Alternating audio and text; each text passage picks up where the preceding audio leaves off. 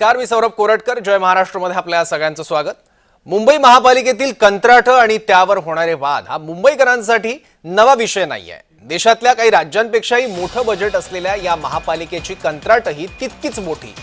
त्यामुळे मुंबई आणि महाराष्ट्रच नाही तर देशभरातील अनेक कंत्राटदारांचं मुंबईकडे लक्ष असतं.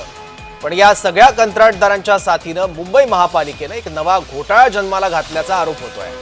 मनसे नेते संदीप देशपांडे यांनी मुंबई महापालिकेनं कचरा गोळा करण्यासाठीच्या कंत्राटात घोटाळा झाल्याचा आरोप केलाय.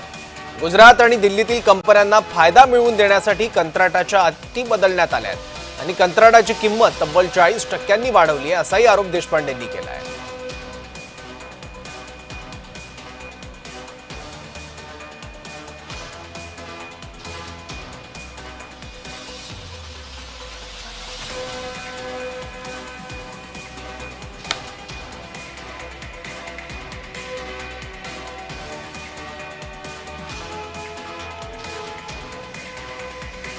हो,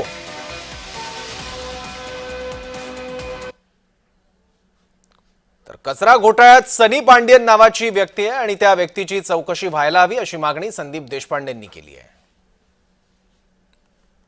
महानगरपालिकेमध्ये एक सर्वात मोठा दलाल तयार झालेला आहे जो या सगळ्या गोष्टी मॅनेज करतो.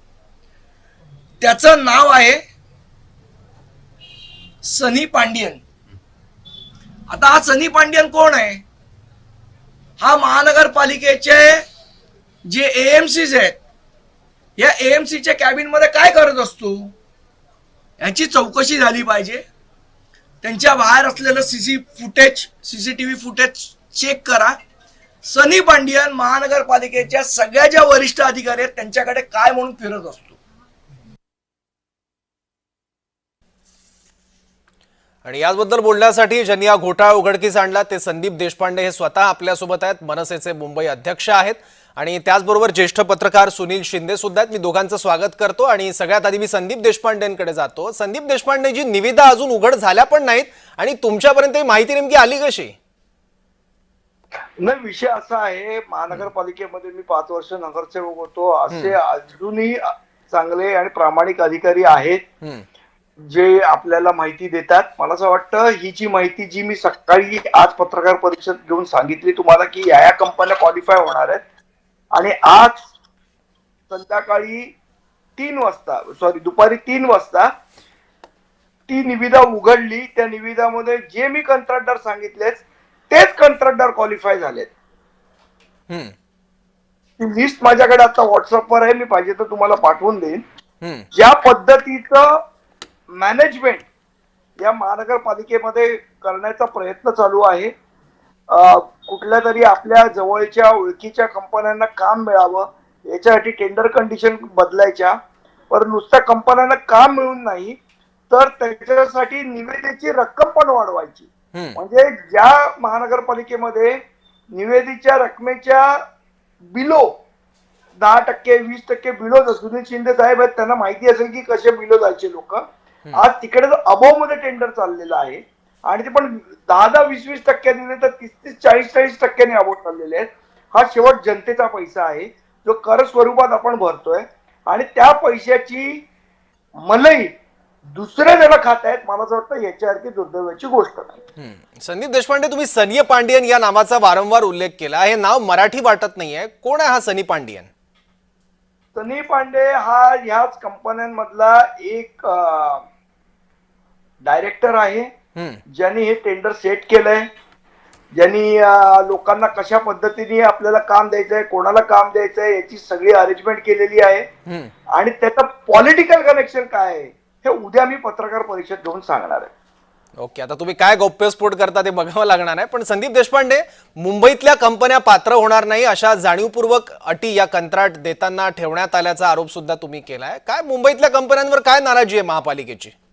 नाही, मला असं वाटतं मुंबईतल्या कंपन्या, असं माझं म्हणणं नाहीये. म्हणजे उद्या दिल्लीच्या कंपनीला काम दिलं तरी माझा काही प्रॉब्लेम नाहीये. माझा प्रॉब्लेम असा आहे याच्यामध्ये की करदात्यांचा जो पैसा आहे, हा करदात्यांचा पैसा जिथे 100 रुपये खर्च व्हायला पाहिजे तिकडे आपण 140 रुपये खर्च करतोय. हा शेवट आपला पैसा आहे ना. तुम्ही टॅक्स भरता, मी टॅक्स भरतो, हा पैसा आहे आपला. हा पैसा असा कोणाच्या तरी घशात आपण काय घालतोय, हा महत्वाचा मुद्दा आहे याच्यामध्ये सौरभ. बरोबर. पण संदीपजी, गुजरात आणि दिल्लीतल्या कंपन्यांवर महापालिका अचानक इतकी मेहरबान का होते की बरोबर गुजरात आणि दिल्लीतल्या 6 कंपन्याच पात्र ठरतील अशा पद्धतीच्याच अटी टेंडरमध्ये टाकण्यात येतात? याच्या मागे काय पॉलिटिकल कनेक्शन आहे ते उद्या मी पत्रकार परिषद घेऊन 100% आपल्याला सांगणार आहे. उद्या तुम्ही कोणासाठी केलं जातंय, काय केलं जातंय, ह्याच्या पाठी काय पॉलिटिकल कनेक्शन आहे हे नक्कीच उद्या 100% आपल्या समोर येईल. ठीक आहे. सुनील शिंदे सुद्धा आहेत, ज्येष्ठ पत्रकार आपल्यासोबत. मला त्यांना विचारायचं आहे, सुनील सर, महापालिकेचे टेंडर आणि घोटाळा हे समीकरणच आता फिक्स झालंय का? अगदी बरोबर आहे ते.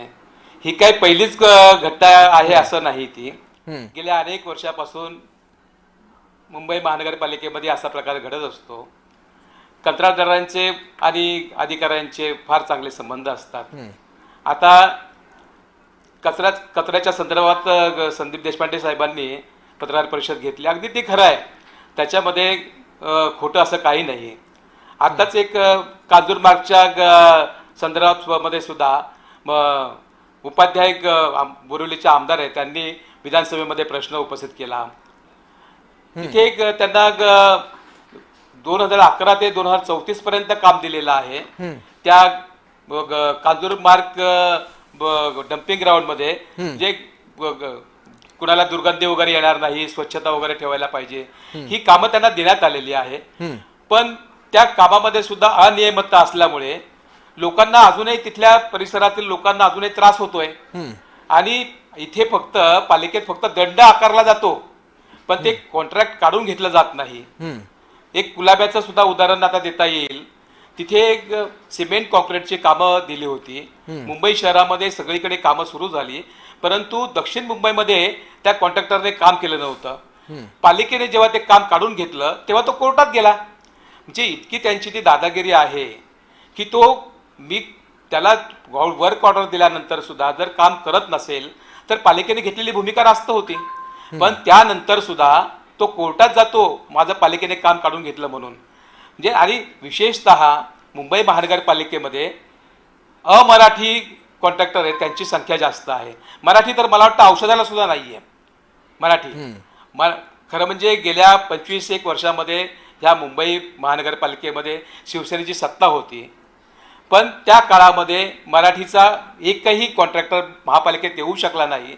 हे खरं म्हणजे दुर्दैव आहे. ते मराठी माणूस ह्या मराठी मुंबईमध्ये कंत्राट जर एखादं मिळवण्याचा प्रयत्न करत असेल तर ते सुद्धा त्याला मिळू दिलं जात नव्हतं. आणि ही घटना घडलेली आहे. आणि अशा पद्धतीने जर कामं जर अमराठी लोकांना चढ्या भावाने जर दिली असतील, खरं म्हणजे 15% अभावापर्यंत तुम्ही काम देऊ शकता. परंतु इथे एक देशपांडे सरांनी सांगितल्याप्रमाणे 30-40% अभाव तुम्ही दिलं जातं. ही पैशाची लूटच आहे खरं म्हणजे. आणि हा पैसा मुंबईकरांच्या कराच्या रूपाने जो जमा केलेला असतो, त्या करातून तो जो जमा झालेला पैसा आहे तो हे कॉन्ट्रॅक्टर घेऊन जातात. दरवर्षी मुंबई महानगरपालिका नालेसफाई करते. खरं म्हणजे 2005ला जेव्हा मुंबई शहरामध्ये पूर परिस्थिती निर्माण झाली होती 26 जुलैला, त्या वर्षी कंत्राटदारांना फक्त 18 कोटी रुपये त्यांना देण्यात आले होते नालेसफाईसाठी. ठीक आहे, फक्त 18 कोटी रुपये. ठीक आहे, पण तुम्ही एक महत्वाचा मुद्दा आता मांडला आहे की मराठी कंत्राटदारांना जाणीवपूर्वक बाहेर फेकलं जातं, त्यांना कामं कशी मिळणार नाहीत यासाठी काम करणारी एक यंत्रणा तिथे आहे. आणि संदीप देशपांडेंनी सुद्धा त्यांची पत्रकार परिषद मी ऐकली, त्यात एक मुद्दा उपस्थित केला, तो हा की मुंबई पालिकेत कंत्राटदारांचं एक कार्टेल आहे. मग संदीप देशपांडेजी, सुनील शिंदे जसं बोलले, मराठी माणसाला डावलणारं हे कार्टेल आहे का? हे कार्टेल कसं वर्क करतं? कारण मध्ये सुद्धा एक आरोप झाला होता की राजस्थानी आणि गुजरातांनाच महापालिकेची सगळी कंत्राटं मिळतात. की याच्यामध्ये जे कार्टेल आहे, म्हणजे आपण असं बघूया की काही कंपन्या ज्या मुंबई बेस्ड आहेत, बरोबर, पण त्या मुंबई बेस्ड असून त्या का मराठी माणसांच्या कंपन्या नाहीये. एक्झॅक्टली. या सगळ्या मारवाड्यांच्या आणि गुजरात्यांच्याच कंपन्या आहेत. आणि या कंपन्या, मी तुम्हाला एक उदाहरण सांगतो तुम्हाला. मी जेव्हा महापालिकेत नगरसेवक म्हणून होतो तेव्हा नगरसेवक निधीचं कामं होतात. काही कंत्राटदार मला भेटायला आले, आम्ही मराठी आहोत सगळेजण, आपण बेरोजगार इंजिनियरची संस्था वगैरे पण स्थापन केली आहे त्या लोकांनी, तर आम्हाला नगरसेवक निधीतलं काम मिळावं म्हणून. आता त्यावेळेला पद्धत अशी होती, अजूनही तीच आहे पद्धत, की ऑनलाईन टेंडर भरली जातात. तुम्ही हा विषय थोडं मला 1-2 मिनिटं द्या तर मला बिलकुल बिलकुल तर थोडा टेक्निकल विषय आहे. हो हो. ऑनलाईन टेंडर भरली जातात. आता ऑनलाईन जेव्हा टेंडर भरलं जातं तेव्हा कोणीही कुठलंही टेंडर भरू शकतं, बरोबर आहे. आता त्या कंत्राटदारांना माहिती होतं की काम काय आहे, कसं करायचं आहे आणि हे किती मध्ये होऊ शकतं. समजा 100 रुपये महानगरपालिकेचं एस्टिमेट आहे, तर साधारण 5 रुपये, 10 रुपये, 15 रुपये कमीने तुम्ही कामं करतात, लोक करतात, त्यांना परवडतं ते काम. कारण महापालिकेचे जेव्हा रेट्स आणि हे ते बघत थोडेसे 10-15% आपण परवडू शकतो. तर त्या कंत्राटदारांनी कामं अशी 10%, 15% बिलोनी भरली, जे मराठी कंत्राटदार होते. माझ्या नगरसेवक निधीतल्या कामाचं मी तुम्हाला सांगतो. पण बाकीचे जे लोक होती, ह्यांचा जो ग्रुप आहे मारवाडी लोकांचा, हे लोक 20%, 25%, 30%, 35%, 40% बिलो कामं भरायचे. आता हे त्यांना कसं परवडायचं? तर आता त्यांचा जो ग्रुप होता तो 20-25 जणांचा ग्रुप होता, बरोबर. तर पहिलं काम समजा एक आहे काम लादीकरणाचं काम आहे, तर या कामामध्ये समजा आपल्या मराठी कंत्राटदारांनी 15%, कारण तेवढंच परवडू शकतो आणि तो कधी चोऱ्या करत नाही, त्याने 15% बिलो भरलं तर एक माणूस भले नुकसानीत जाईल पण तो 25% बिलो क्लोज करेल, जेणेकरून त्या मराठी माणसाला काम मिळू नये. दुसरं काम आलं त्याच्यामध्ये समजा आपल्या माणसाने परत 15%च्या ऐवजी मला नाही मिळत तर 16-17% भरलं. दुसरा माणूस त्यांच्या जो ग्रुप मधला दुसरा माणूस असतो तो ते काम उचलतो आणि तो 30% बिलो भरतो. म्हणजे पहिल्या कामात एक माणूस नुकसान करतो, दुसऱ्या कामात एक माणूस नुकसान करतो, तिसऱ्या कामात एक माणूस नुकसान करतो. तर मी त्या मारवाडी कॉन्ट्रॅक्टरला म्हणलो, अरे तुम्हाला कसं परवडतंय एवढं नुकसान करून काम? ते काय बोलले ना मला, पण जी मला माहिती मिळाली त्यातल्या एकाने मला सांगितली कि साहब ये हमारा कार्टेल है, ये हम लोग इसलिए करते हैं कि बाहर का आदमी नहीं आना चाहिए. एक बार मैं नुकसान उठाएगा, एक बार वो नुकसान उठाएगा, एक बार ये नुकसान उठाएगा, लेकिन बाहर का आदमी आएगा तो हमारा मोनोपोली जिंदगी भर का जाएगा, इसीलिए हम लोग नुकसान उठा के भी ये काम कर. बापरे, इतकी ही सिस्टीम सडलेली आहे. बरोबर. आणि त्यामुळे तुम्हाला जर म्हणजे आज समजा एक प्रकरण काढलं, याने काय लगेच सिस्टीम सुधारेल असं माझा अजिबात दावा नाही आणि तो होऊ शकत नाही. पण तुम्हाला वारंवार या सिस्टीमवर आघात करावे लागतील, त्या सिस्टीमच्या पाठी जावं लागेल, त्या सिस्टीमला तोडावं लागेल, जेणेकरून एक नवीन सिस्टीम तयार होईल ज्याच्यामध्ये ट्रान्सपरन्सी असेल. आता काय होतंय, आता समजा अधिकाऱ्यांनी आज या गुजराती किंवा जे दिल्लीतल्या कंपन्या आहेत त्यांना कामं देण्यासाठी टेंडर कंडिशन बदलली. आज अधिकाऱ्यांनी टेंडर कंडिशन का बदलली हे त्याला विचारायला कोण नाहीये, अशी यंत्रणाच नाही, अशी सिस्टीमच नाहीये. अधिकाऱ्याच्या मनाला वाटेल ती टेंडर कंडिशन. पण संदीप देशपांडे, मला एक सांगा, संदीप देशपांडे, तुम्ही अधिकाऱ्यांवर सुद्धा आरोप करता, अधिकाऱ्यांकडे सुद्धा तक्रार करतात अशा प्रकारच्या भ्रष्टाचाराचं, पण नेत्यांच्या आशीर्वादाशिवाय खरंच शक्य आहे का हो? नाही शक्य, अजिबात नाही शक्य. मी तुम्हाला सांगितलं तसं की ह्याच्यावरती निश्चित एक पॉलिटिकल शक्ती काम करते. ती शक्ती कोण आहे हे मी उद्या सकाळी पत्रकार परिषद घेऊन सांगणार. ओके. संदीप देशपांडेजी, आणखी एक प्रश्न आहे. 400 कोटींचं एक कंत्राट होतं जे 650 कोटींवर पोहोचल्याचा आरोप तुम्ही केला. आता ही फक्त या एका स्पेसिफिक कंत्राटाची कहाणी आहे की महापालिकेची जी जी कंत्राट निघतात त्या सगळ्या कंत्राटांमागची कार्यपद्धतीच ही बनली आता? नाही, आता ह्याच्यामध्ये 2-3 कार्यपद्धती काम करतात सौरभ. ह्याच्यामध्ये एक कार्यपद्धती जी तुम्हाला आता हे जे टोटल टेंडर आहे हे 6000 कोटीच्या आसपास जातं. ठीक आहे. मी तुम्हाला जो सकाळी उदाहरण देत होतो ते ग्रुपचं, आता याच्यामध्ये 8 ग्रुप केलेले आहेत. ओके. आणि त्या 8 ग्रुपमध्ये प्रत्येक कंत्राटदाराला एक ग्रुप याप्रमाणे काम मिळणार आहे. तर मागच्या वेळेला जे होते ते 12 ग्रुप होत्या. त्या 12 ग्रुपचं टेंडर होतं साधारण, एका ग्रुपचं टेंडर कॉस्ट होती 100 ते 120 कोटी रुपये. तीच आता एका ग्रुपची टेंडर कॉस्ट, जरी ग्रुप थोडा मोठा झाला तरी त्याची टेंडर कॉस्ट समजा 250 कोटी झाली असती, पण ती डायरेक्ट 450-500 कोटीवर गेलेली आहे. त्यामुळे मला असं वाटतं की हा जो प्रकार आहे, आता ही कॉस्टिंग तयार कोण करतं, तर अधिकारी तयार करतो. कोणाच्या दबावाखाली करतो, आमिषाखाली करतो, किंवा ह्या सगळ्या गोष्टींमुळे तो करतो. मुळात असं आहे की ही जर अशा पद्धतीची चूक झाली असेल तर ह्याच्यामध्ये आतापर्यंत कुठल्याही अधिकाऱ्याला शिक्षा झालेली नाहीये. बरोबर. याच्यामध्ये कोणीच म्हणजे जबाबदार सगळे आहेत पण जबाबदार कोणीच नाही, अशी विचित्र परिस्थिती महानगरपालिकेत आहे. Everyone is responsible but nobody is responsible. Okay, बरोबर. खूप महत्वाचं. त्यामुळे कोणाला एका व्यक्तीला तुम्हाला जबाबदार धरता येत नाही, त्याला जबाबदार धरून शिक्षा करता येत नाही. म्हणजे आता रोडचं उदाहरण द्यायचं झालं तर माझ्या सुनील शिंदे साहेब पण ऍक्सेप्ट करतील ही गोष्ट. एक रोडला जबाबदार कोण असतात तर तो रोड इंजिनियर असतो, त्याच्यावर असणारा असिस्टंट इंजिनियर असतो, त्याच्यावर असणारा सब इंजिनियर असतो, त्याच्याबरोबर असणारा डेप्युटी इंजिनियर असतो, त्याच्यावर असणारा चीफ इंजिनियर असतो. मग प्रत्येक जण जबाबदार आहे पण शेवट ते एकमेकांवर घालतात आणि नंतर कोणीच जबाबदार नसतं खराब रस्त्यांसाठी. ही सिस्टीम कुठेतरी बदलून स्पेसिफिक जबाबदारी निश्चित केल्याशिवाय आपल्याला त्यांना शिक्षा करता येणार नाही आणि जोपर्यंत शिक्षा होत नाही तोपर्यंत सिस्टीम सुधारणार नाही. बरोबर. सुनील सर, तुम्ही सहमत आहात? पूर्ण सिस्टीम कॉम्प्रोमाइज झालेली आहे भ्रष्टाचारासाठी? नाही नाही नाही, आहे भ्रष्टाचार जो होतो. आता तुम्हाला एक उदाहरण सांगतो याचं, की ऑनलाईन निविदा भरण्याची पद्धत 2019ला पालिकेत आली होती. त्यावेळेला अगदी जवळचे कॉन्ट्रॅक्टर जे आहेत त्या लोकांनी निविदा भरली की लगेच ते क्लोज होऊन जायचं. खरं म्हणजे 7 दिवस ही सिस्टीम आहे ती ओपन असायला पाहिजे होती, परंतु ती अगदी त्यांच्या जवळपासचे लोक कॉन्ट्रॅक्टर त्यांनी जर निविदा भरली की ती लगेच बंद होऊन जायची. तर हे जेव्हा लक्षात आलं त्यावेळेला एक चौकशी झाली आणि 62 अभियंत्यांना दोषी ठरवण्यात आलं होतं. पण देशपांडे सर बोलतात त्याप्रमाणे बरोबर एकालाही शिक्षा वगैरे झाली नाही. काही पण काही 15 ते 20 हजार रुपये त्यांच्या पगारातून काही कापण्यात दंड वगैरे झाला आणि तिथेच मॅटर क्लोज झालं. पण असं होऊ नये. खरं म्हणजे ह्या सिस्टीममध्ये अशा पद्धतीने जर दोषी आढळले तर त्यांना जबरदस्तीची शिक्षा झाली पाहिजे. आणि ती शिक्षा होत नसल्यामुळे इतर जे लोक आहेत, इतर जे अभियंते आहेत किंवा कर्मचारी आहेत ते असे प्रकार करायला पुढे धजावतात. पण जर शिक्षा वगैरे जर झाली तर एक भीती निर्माण होईल लोकांच्या मनामध्ये की असं आपण केलं तर आपल्याला अशा प्रकारची शिक्षा होऊ शकते.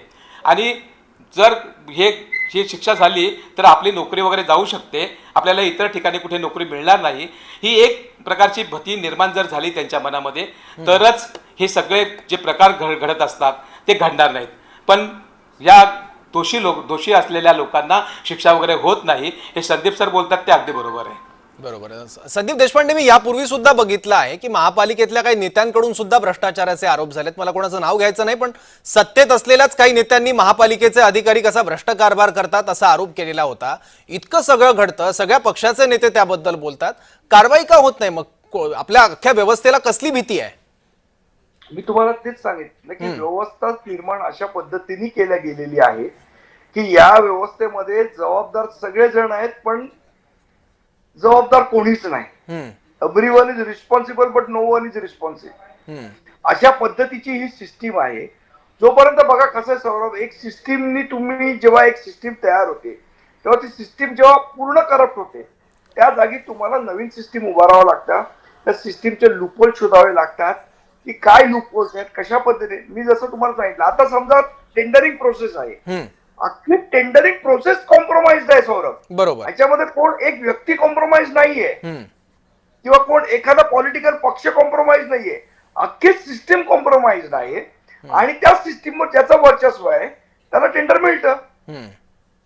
बरोबर. जर मी सत्तेत आहे तर मी काय सांगणार अधिकाऱ्याला की बाबा आपल्याला सौरभला काम द्यायचंय, कसं द्यायचं, सौरभचे प्लस पॉइंट काय आहेत, सौरभचे मायनस पॉइंट काय आहेत हे बघा आणि त्याप्रमाणे टेंडर कंडिशन तयार करा ज्याच्यात सौरभच क्वालिफाय झाला पाहिजे. बरोबर. आणि मग त्या पद्धतीने ती सिस्टीम बनवली जाते. दिसताना वरवर तुम्हाला दिसतं अतिशय चांगलं आहे, योग्य आहे, पण ते करताना इनडायरेक्टली सौरभला फेवर केलं जातं आणि सौरभ क्वालिफाय होतो आणि सौरभला काम मिळतं. त्याच्यानंतर समजा XYZ च्या हातात सत्ता झाली, त्याला वाटतं संदीप देशपांडेला काम मिळालं पाहिजे तर तो त्या पद्धतीने टेंडर कंडिशन करतो. म्हणजे टेंडर कंडिशन करायला कुठलीही एसओपी नाहीये, स्टँडर्ड ऑपरेटिंग प्रोसिजर नाहीये. ती जोपर्यंत तयार होत नाही की बाबा अधिकारी कुठले असो तुम्हाला टेंडर कंडिशन बनवताना ह्या गोष्टी पाळल्या पाहिजेत, ही सिस्टीम जोपर्यंत तयार होत नाही तोपर्यंत या गोष्टी होत राहणार आहे, सत्तेत कोणी असो. आपापल्या मर्जीतल्या लोकांना कामं देत राहणार आहे. बरोबर. सुनील सर, असं वाटतं का मग की महापालिका अधिकारी किंवा प्रशासनातला काही घटक, सरसकट नको म्हणूयात आपण, काही घटक आहेत जे की ही भ्रष्ट व्यवस्था जन्माला घालतात आणि वर्षानुवर्ष ती पोचतायत आणि त्यावर अनेक बांडगुळ सुद्धा वाढतायत. कंत्राटामध्ये काही लूपहोल जाणीवपूर्वक तयार केले जातात. वरची कुठली अशी एक यंत्रणा असावी की ज्यांचं याच्यावर लक्ष असावं आणि मॉनिटरिंग व्हावं या सगळ्या गोष्टींचं, असं काही करता येईल? कारण आपण बघतो की पक्ष बदलतात, नेते बदलतात, भ्रष्टाचाराचे आरोप सुद्धा बदलतात, पण जुन्या आरोपांचं काही होत नाही, कारवाई होत नाही. नाही, खरं म्हणजे मुंबई महानगरपालिकेमध्ये काही कंत्राटदारांची मोनोपॉली आहे तिथे. आणि अगदी प्रत्येक कुठलंही काम निघालं की ते टेंडर भरतात. बरोबर. आणि मग ते टेंडर मिळवतात आणि मग सब कॉन्ट्रॅक्टर नेमून त्यांना ती कामं दिली जातात. तर ही जी मोनोपॉली आहे ही मोनोपॉली तोडली पाहिजे प्रथम. ही मोनोपॉली जर तोडली तर ही कामं आपल्याला ती देता येतील इतरांना सुद्धा. पण इथे असं होतंय की स्टँडिंग कमिटीची मिटिंग ज्या दिवशी असते आणि त्या कॉन्ट्रॅक्टरला कळलेलं असतं की ह्या मीटिंगमध्ये माझा प्रस्ताव येणार आहे, तर अनेक कॉन्ट्रॅक्टर त्या मिटिंगच्या दिवशी ह्या पालिका मुख्यालयात येऊन उभे राहतात. आणि मग त्याच्या आधी भेटणं वगैरे होतं, नंतर सुद्धा भेटणं वगैरे होतं. पारदर्शकता जर आपल्या ह्या कामामध्ये जर असेल तर अशा प्रकारे मोनोपॉली ही राहणार नाही. ठीक आहे. आणि प्रामाणिकपणे ते काम करतील. एकाच व्यक्तीला तुम्ही प्रत्येक वेळेला एकाच व्यक्तीला तुम्ही किंवा अगदी ठराविक व्यक्तींनाच तुम्ही जर कामं वगैरे दिली तर त्यांना ते माहिती असतं की काम कशा पद्धतीने केलं पाहिजे. आणि जर आपण एकदाच जर काम केलं तर पुन्हा आपल्याला ती कामं मिळणार नाही. ओके. असा हा सगळा विचार करूनच त्यांना हे टेंडर वगैरे मिळालं असतं. आणि त्याच्यामध्ये तुम्ही म्हणतात त्याप्रमाणे अधिकारी अगदी त्यांचं संगनमत असतं. तुम्हाला उदाहरण जर दिलं तर नालेसफाईच्या वेळेला नालेसफाई जी केली जाते आणि त्याच्यानंतर दौरे वगैरे निघतात, आम्ही पत्रकार वगैरे जातो, अधिकारी वगैरे असतात, त्यावेळेला तिथे कॉन्ट्रॅक्टर उत्तर देत नाही. आम्ही जर एखादा प्रश्न विचारला किंवा त्या अधिकाऱ्याने प्रश्न विचारला, कोणी म्हणजे महापौर असतील किंवा आयुक्त असतील किंवा उद्धव साहेब असतील, कोणी नालेसफाईच्या दौऱ्यावर गेलेले आहेत, त्यांनी जर प्रश्न विचारला तर ते अधिकारी उत्तर देतात. तो कॉन्ट्रॅक्टर उत्तर देत नाही कारण तो नसतो तिथे. आणि मग कॉन्ट्रॅक्टरची बाजू घेऊन हे अधिकारी त्या संबंधित अधिकाऱ्यांना मग उत्तरं देतात की नाही, हे त्यांनी व्यवस्थित केलंय आणि हे फ्लोटिंग मटेरियल आलेलं आहे आणि त्याच्यामुळे हे कचरा वगैरे तिथे दिसतो. म्हणजे अशा प्रकारची सारवासारव केली जाते. हा प्रकार जर आपण बघितला तर हे सरळ सरळ त्या कॉन्ट्रॅक्टरला पाठीशी घालण्याचं काम करतात. बरोबर. आणि जर हा प्रकार जर झाला नाही पालिकेमध्ये तर खूप चांगल्या पद्धतीने कामं होऊ शकतात. पारदर्शकता असणं फार आवश्यक आहे. ती जर असेल तर कामं अगदी व्यवस्थित होऊ शकतात. बरोबर. आणि याचबद्दल मला संदीप देशपांडेंना एक शेवटचा प्रश्न विचारायचा आहे चर्चेतला. संदीप देशपांडे, जी टेंडर प्रक्रियेत भ्रष्टाचार कायम होत आलाय, यापुढे तो होऊ नये म्हणून टेंडर प्रक्रियेत पारदर्शकता कशी आणता येईल? काही सल्ले आहेत आपले? मी तुम्हाला सांगितलं तसं. कसं आहे, मी काही यातला एक्सपर्ट नाहीये, पण मला जे प्रामाणिकपणे वाटतं की याच्यामध्ये पारदर्शकता आणली पाहिजे. आता पहिले प्रीबिड वगैरे मिटिंग व्हायच्या, जी मला माहिती आहे की सगळ्या कंत्राटदारांना बोलवायचं की बाबा या अशा अशा कंडिशन्स आम्ही करतोय, याच्याबद्दल कोणाचं काय ऑब्जेक्शन आहे का, काय आहे का, याच्यावर एक पारदर्शक चर्चा व्हायची. आता मला वाटतं प्रीबिड मिटिंग वगैरे किती कंडक्ट करतात आणि त्या प्रीबिड मिटिंग मध्ये झालेले किती मिनिट्सवर त्याच्यावर चर्चा होते किंवा त्या गोष्टी अप्रूव्ह होतात हे मला माहित नाही आता काय सिस्टीम चालली. ज्या वेळेला नगरसेवक होते, स्थायी समिती होती, त्यावेळेला या गोष्टींवर चर्चा तरी व्हायची. ठीक आहे. म्हणजे आज शिंदे साहेब जे म्हणतात की स्थायी समितीत यायचं ते अप्रुव्हलला येतं कॉन्ट्रॅक्ट. भ्रष्टाचार मुळात चालू होतो तो कॉन्ट्रॅक्ट तयार करण्याच्या पद्धतीमध्ये चालू होतो मला. आणि ती जी पद्धत आहे त्या पद्धतीमुळेच भ्रष्टाचाराला सुरुवात होते आणि मग तो पुढे पुढे पुढे पुढे फार स्टँडिंग कमिटीच्या तुमच्या एंड पर्यंत तो येतो. पण मुळात तुम्हाला जर सिस्टीम करायची असेल तर त्याच्यासाठी मी म्हटलं तशी एसओपी तयार करावी लागेल. बरोबर. की अधिकारी कुठलाही आला, राजकीय पक्ष कुठलाही सत्तेत आला तरी या एसओपी शिवाय काम होणार नाही. या स्टँडर्ड ऑपरेटिंग प्रोसिजर तुम्हाला पाळाव्या लागतील. अधिकाऱ्याला या गोष्टी पाळाव्या लागतील. त्याच्या मनाने काम करता येणार नाही.